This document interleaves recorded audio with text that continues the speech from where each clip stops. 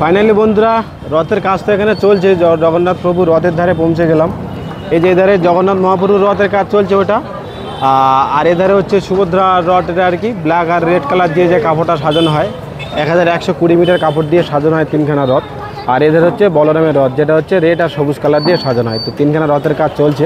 তো ফাইনালি রথের ধারে পৌঁছে গেলাম। তো সত্যি একটা অসাধারণ ফিল হচ্ছে, যে জীবনে এই দিনটাও এখানে এসে দেখতে পাবো। আমার থেকে হয়তো অনেক বয়স্ক লোকও আছে বন্ধুরা, তারা এসে এখানে কিন্তু দেখতে পায়নি। তো এখানে প্রচুর বয়স্ক লোক এসছে, কিন্তু এটা অ্যাকচুয়ালি একটা কপালে সৌভাগ্যের ব্যাপার যে রথের সময় এসে যার যে প্রভুর রথ, জগন্নাথ মহাপ্রভুর রথ, সেই রথ তার এখানে এসে তাকে দেখছি, এই কপাল সৌভাগ্যটা সবার হয়ে ওঠে না বন্ধুরা।